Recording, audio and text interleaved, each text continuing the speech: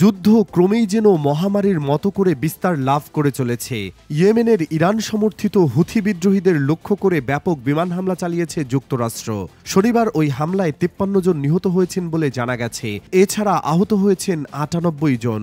এই হামলার পর ইয়েমেনের হুথি বিদ্রোহীরা জানিয়েছে প্রতিশোধ নিতে পাল্টা জবাব দিতে প্রস্তুত তারা।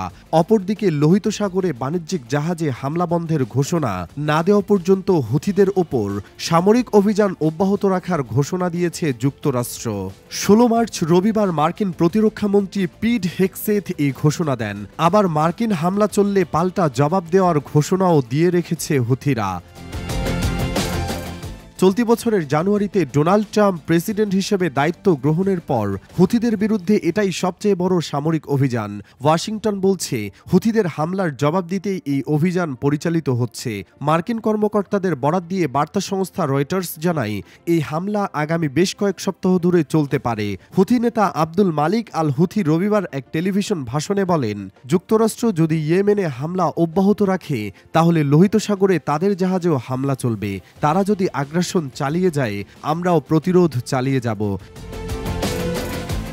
এদিকে হুথির রাজনৈতিক ব্যুরো যুক্তরাষ্ট্রের হামলাকে যুদ্ধ অপরাধ বলে অভিহিত করেছে। আবার এদিকে রবিবার হুথি গোষ্ঠীর সামরিক মুখপাত্র দাবি করেছেন তারা মার্কিন বিমানবাহী রণতরী ইউএসএস হ্যারি এস ট্রুম্যান এবং অন্যান্য জাহাজে ক্ষেপণাস্ত্র ও ড্রোন হামলা চালিয়েছে। তবে যুক্তরাষ্ট্রের এক কর্মকর্তা জানিয়েছে তাদের বিমান বাহিনী হুথিদের ১১টি ড্রোন গুলি করে ভূপাতিত করেছে এবং এসব ড্রোন মার্কিন রণতরীর কাছাকাছিও আসতে পারেনি। মার্কিন প্রতিরক্ষামন্ত্রী পিট হেগসেথ ফক্স নিউজকে দেওয়া সাক্ষাৎকারে বলেন, হুথিরা যখনই বলবে তারা আমাদের জাহাজে হামলা বন্ধ করবে তখনই আমরা তাদের উপর হামলা থামাবো, কিন্তু তার আগ পর্যন্ত অভিযান চলবে। তিনি আরও বলেন, গুরুত্বপূর্ণ জলপথে নিরাপত্তা নিশ্চিত করতে হবে। ইরান দীর্ঘদিন ধরে হুথিদের সহায়তা দিচ্ছে, এটি বন্ধ করা জরুরি। উল্লেখ্য যে হুথিরা ২০২৩ সালের নভেম্বর থেকে লোহিত সাগরে বাণিজ্যিক জাহাজ লক্ষ্য করে ১০০-এর বেশি হামলা চালিয়েছে।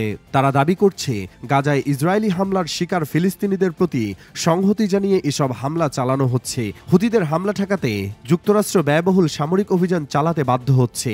এর মাঝেই শনিবার ডোনাল্ড ট্রাম্প হুথিদের হামলা বন্ধ করতে বলার পাশাপাশি হুঁশিয়ারি দিয়ে বলেন তারা যদি হামলা চালানো অব্যাহত রাখে তাহলে ভয়াবহ পরিণতি ভোগ করতে হবে।